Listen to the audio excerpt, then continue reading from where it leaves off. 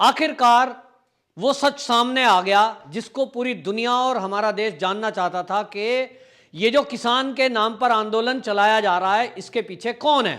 क्या वास्तव में खालिस्तानी मूवमेंट दोबारा से चालू हो गया है? जी हां, भारतीय दूतावास के बाहर 26 जनवरी को कनाडा में शूट किया गया। पीजेएफ का फाउंडर जो धालीवाल है वो उसमें स्पीच दे रहा है और उसकी भयंकर स्पीच में वो बोल रहा है कि ये जो इंडिया के अंदर किसान आंदोलन चल रहा है ये कोई ना बोले कि वो आंदोलन में यदि बिल भी वापसी हो गए तो ये आंदोलन खत्म हो जाएगा। पायोनियर जस्टिस फाउंडेशन ये जो है वेबसाइट से बाकायदा ये जहर उगला जा रहा है और अब ये खुलासा हो गया है कि ये खालिस्तानी मूवमेंट बनाई गई है और इस खालिस्तानी मूवमेंट को दोबारा से चलाने के लिए पैसा इकट्ठा किया गया है और इसमें मोटा पैसा चीन और पाकिस्तान से आ रहा है क्योंकि इसका जो फाउंडर है वो धालीवाल जो फाउंडर है वो प्रो पाकिस्तानी प्रो खालिस्तानी है। नमस्कार, मैं हूं पवन त्यागी। आखिरकार वो सच सामने आ गया जिसको पूरी दुनिया और हमारा देश जानना चाहता था कि ये जो किसान के नाम पर आंदोलन चलाया जा रहा है इसके पीछे कौन है। क्या वास्तव में खालिस्तानी मूवमेंट दोबारा से चालू हो गया है? जी हां, एक वीडियो वायरल हुआ है और वो वीडियो आपको बता दूं लीजेंड न्यूज ने उसको जारी किया है और उस वीडियो को भारतीय दूतावास के बाहर 26 जनवरी को कनाडा में शूट किया गया और उसमें पीजेएफ का फाउंडर जो धालीवाल है वो उसमें स्पीच दे रहा है और उसकी भयंकर स्पीच में वो बोल रहा है कि ये जो इंडिया के अंदर किसान आंदोलन चल रहा है ये कोई ना बोले कि वो आंदोलन में यदि बिल भी वापसी हो गए तो ये आंदोलन खत्म हो जाएगा।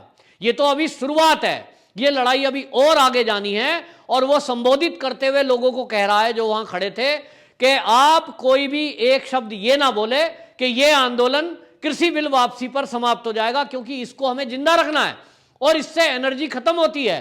ये आंदोलन हमको आगे तक लेके जाना है, ये उसने बयान दिया है। और ऐसे में अब ये खुलासा पूरा हो गया है और आपको बताऊं ये पीजेएफ नाम की जो संस्था है जो कनाडा के वैंकूवर बेस है, इसने वेबसाइट बनाई पिछले साल फरवरी में।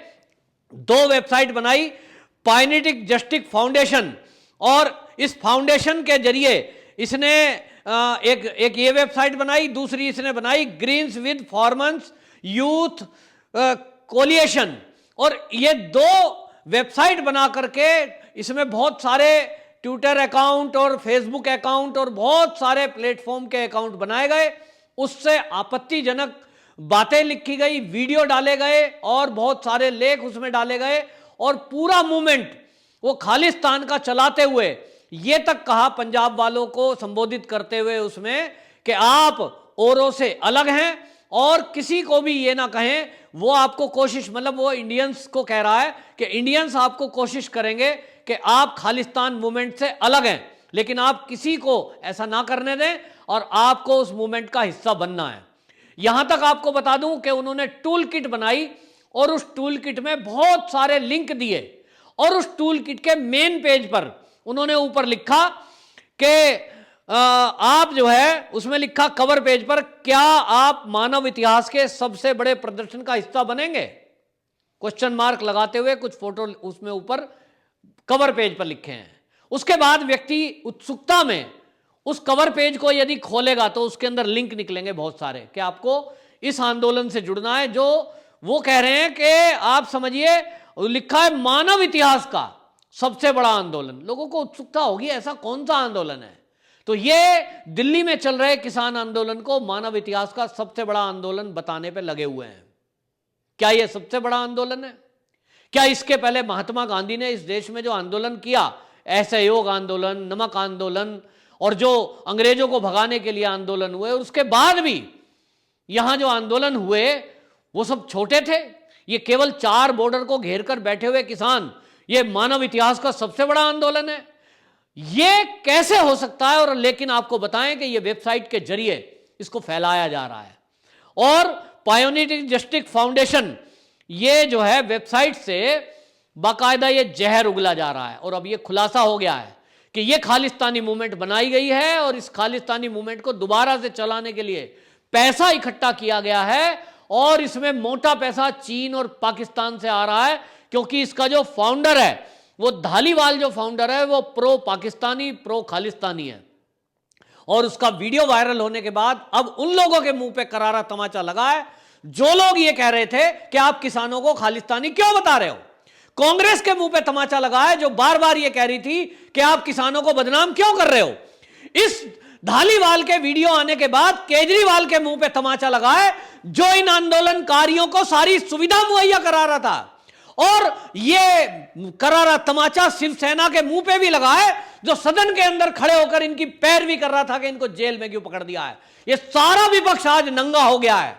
जो सारे के सारे लोग इस किसान आंदोलन को चलाने वालों के साथ खड़े थे और अब इन किसान आंदोलन में धरने पर बैठे हुए ये टिकैत जैसे नेताओं का भी खुलासा हो गया है।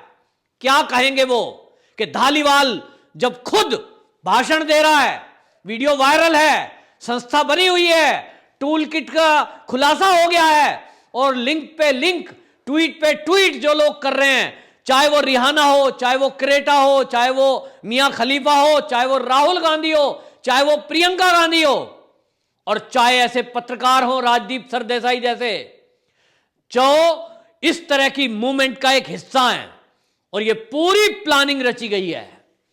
आप देखिए किस तरह की साजिश इस देश के विरुद्ध हो रही है।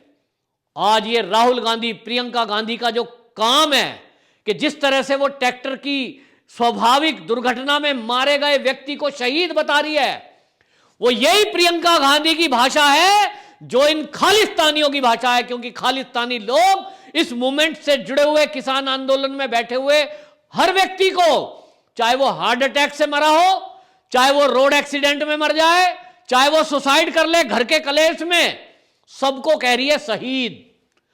प्रियंका गांधी भी कह रही है शहीद। क्यों कह रही है प्रियंका गांधी? क्योंकि वो इस मूवमेंट का हिस्सा है। अब यह सिद्ध होता है या शक पैदा होता है। अब इस बिना पर एनआईए को जांच करना है कि अभी तक जिन बातों को लेकर हम शक पैदा हो रहा था दिमाग में कि राहुल गांधी इटली गया, किसान आंदोलन को भड़का गया, आता है फिर भड़काता है, कहता है शहर शहर जाएगा, फिर 6 तारीख की घोषणा होती है बंद की, चक्का जाम की घोषणा होती है, बावजूद 26 जनवरी की घटना के जब पूरे देश में निंदा हुई। ये पूरे देश में चक्का जाम की योजना क्यों है? क्योंकि ये टूल किट में लिखी है। तो राहुल गांधी का बयान कहीं टूल किट की स्क्रिप्ट तो नहीं, ये खुलासा हो गया है। राहुल गांधी का बयान टूल किट की स्क्रिप्ट है। इसी तरह प्रियंका गांधी क्यों जाती है रामपुर, ये टूल किट की स्क्रिप्ट तो नहीं है। सवाल पैदा होता है। जांच एनआईए को करनी है। अब एनआईए उस एंगल से जांच करे। और मैं कहना चाहता हूं मोदी सरकार को, भाई बहुत हो गई सहन शक्ति, अब खुलकर फ्रंट फुट पर आने की जरूरत है। क्योंकि आतंकवादी इस देश में खुलकर सामने आ गए हैं। बस चेहरा उनके ऊपर मोहरा दूसरा है। भेड़ की खाल में भेड़िए यहां बैठे हुए हैं, ऊपर से लग रहा है भेड़े हैं, बेचारे हैं, गरीब हैं, लेकिन उनके अंदर छुपे हुए हैं भेड़िए जो मौका मिलते ही वार करेंगे। और आपको समझ देना चाहिए था उसी दिन कि जब देश के कृषि मंत्री, देश के गृह मंत्री, देश के रक्षा मंत्री, इवन प्रधानमंत्री तक ने वक्तव्य दे दिया कि किसान आओ मुझसे बात करो। 10 दौर की वार्ता में एक किसान एक बिल पर बात नहीं कर पाया, कोई उसमें कमी नहीं बता पाया। काला कानून है, वापस लो। अभी तक तो वापस लो। अभी तक राकेश टिकैत कह रहा था बिल वापसी तो घर वापसी नहीं, लेकिन अब राकेश टिकैत के बोल बदल गए। राकेश टिकैत कहता है यह आंदोलन तो 2024 तक चलेगा। राकेश टिकैत जी का यह बयान बदलना बाई चांस उनके मुंह से निकल गया है। यह मैं बता रहा हूं कि यही टूल किट और पीजेएफ नाम की जो संस्था है खालिस्तानियों की, उसकी प्लानिंग का खुलासा यह राकेश टिकैत की जुबान से हो गया है।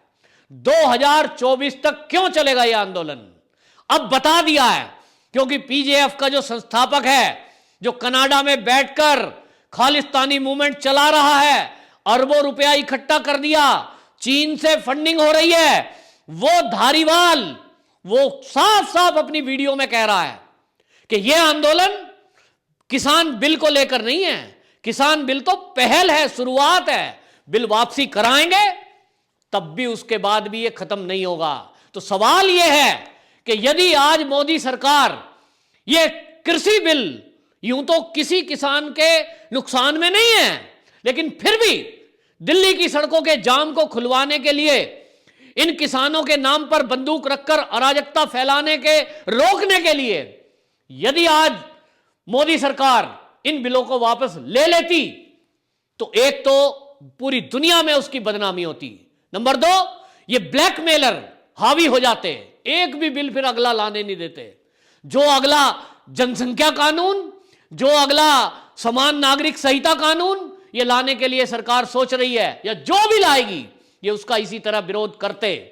अच्छा हुआ कि मोदी सरकार की दूरदर्शिता ने यह समझ लिया कि यह खालिस्तानी मूवमेंट है, हमें इनकी ब्लैकमेलिंग में नहीं आना। लेकिन अगर सोचो कि मोदी सरकार आज बिल वापसी ले लेती तब भी यह आंदोलनकारी दिल्ली के बॉर्डर को छोड़कर जाने वाले नहीं थे। यह खुलासा हो गया है आज।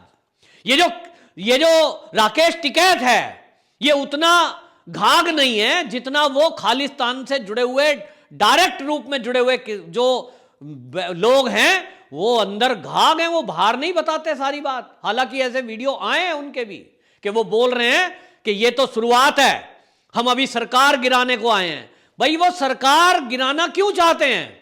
मोदी के विरोध में राकेश टिकैत के मंच से क्यों कस्में खिलाई जा रही हैं? गांव गांव में मोदी सरकार के भाजपा के विरुद्ध अभियान क्यों चलाया जा रहा है? भाजपा से क्या प्रॉब्लम है? एक ही प्रॉब्लम है, मोदी सरकार और भारतीय जनता पार्टी की सरकार ने 2014 के बाद से इस देश के हित में जो फैसले लिए हैं और आतंकवाद पर जो नकेल कशी है, जो चीन पर शिकंजा कसा है, जो पाकिस्तान पर शिकंजा कसा है, उससे चीन बौखला गया है और पाकिस्तान बौखला गया है।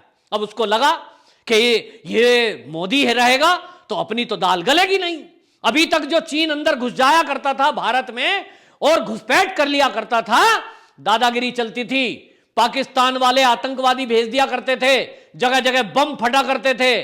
उनको लगा अब कैसे होगा, भारत तो उन्नति कर रहा है, तो उन्होंने अपने एजेंटों के जरिए ये दोबारा से आंदोलन तैयार किया है और ये मूवमेंट को दोबारा से शुरू करा जा रहा है। और इसलिए एकमात्र लक्ष्य इन किसान नेताओं को दिया गया है, ये स्क्रिप्ट लिखी गई है कनाडा में कि आपका एक काम है कि जो किसान धरना स्थल पर आ रहे हैं उनका माइंड वॉश करो, उनको जाति में उलझाओ, उनको धर्म में उलझाओ और उनको जो है पार्टी के खिलाफ कर दो। और एक ही पार्टी के खिलाफ रखना, वो है भारतीय जनता पार्टी, क्योंकि ये भाजपा अगर रहेगी देश में तो देश में आतंकवाद कभी भी पनपने का नहीं है।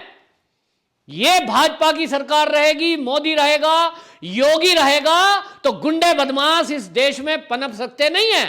ना चीन की गलेगी ताल, ना पाकिस्तान की गलेगी गाल। और इसलिए इन्होंने योजना बनाई। और आप देखिए उत्तर प्रदेश के गांव-गांव से मेरे पास खबर आती है, हरियाणा के गांव-गांव से मेरे पास खबर आ रही है कि गांव-गांव में प्रचार किया जा रहा है कि हम भाजपा को वोट नहीं देंगे, कसम खाओ हम भाजपा को वोट नहीं देंगे। क्यों? क्या बिगाड़ा भाजपा ने? कृषि बिल खराब बनाए हैं। कृषि बिल में एक भी कमी अगर ये किसान नेता बता देते तो 10 राउंड की बातचीत में अमेंडमेंट करने के लिए केंद्र सरकार तैयार थी। कृषि मंत्री नरेंद्र तोमर ने खड़े होकर सदन में बयान दिया है, जो रिकॉर्ड है, कि एक भी किसान नेता ने किसी भी बिल में कोई कमी बताई ही नहीं।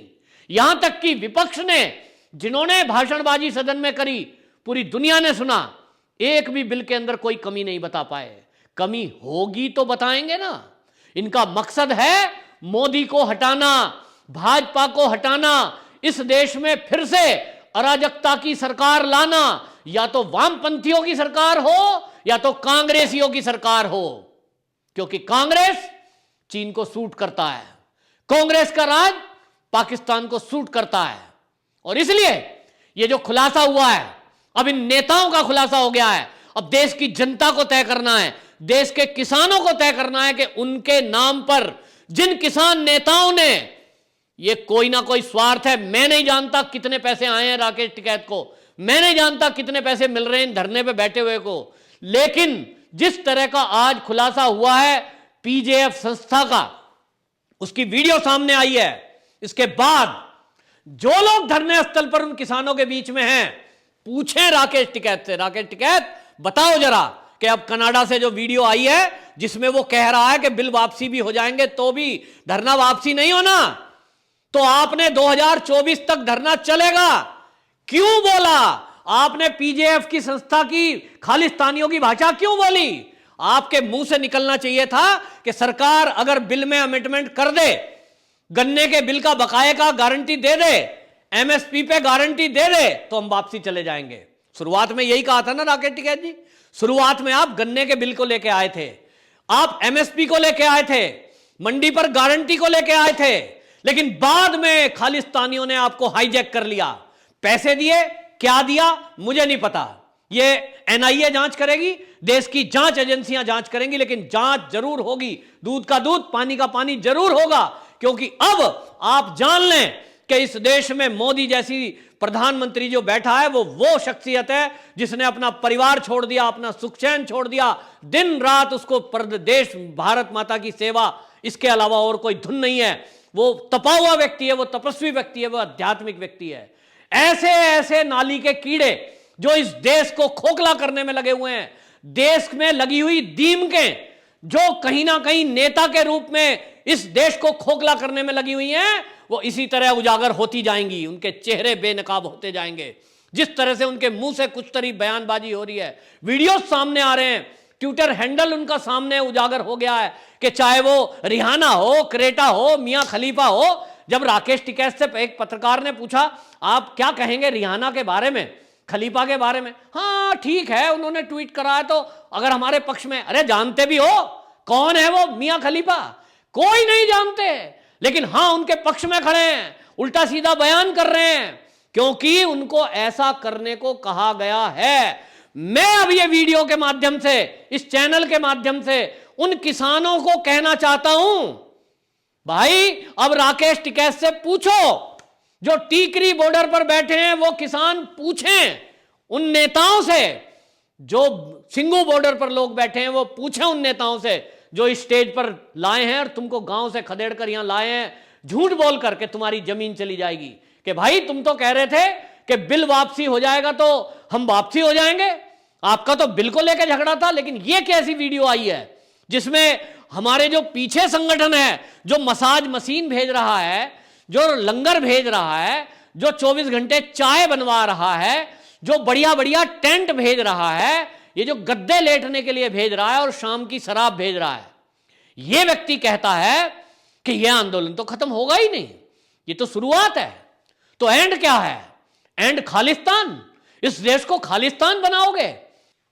तो इस समय है, चुप बैठने का समय नहीं है, ऐसे गद्दारों का मुकाबला करने का समय है। और मुकाबले के लिए डंडे गोली हथियार की जरूरत नहीं है, यह काम कानून करेगा, लेकिन हमारा काम है कि हम आवाज को बुलंद करें कि हम आतंकवाद नहीं सहेंगे, देश के द्रोहियों को नहीं सहेंगे और ऐसे लोगों को हम एक्सपोज करके रहेंगे। वंदे मातरम।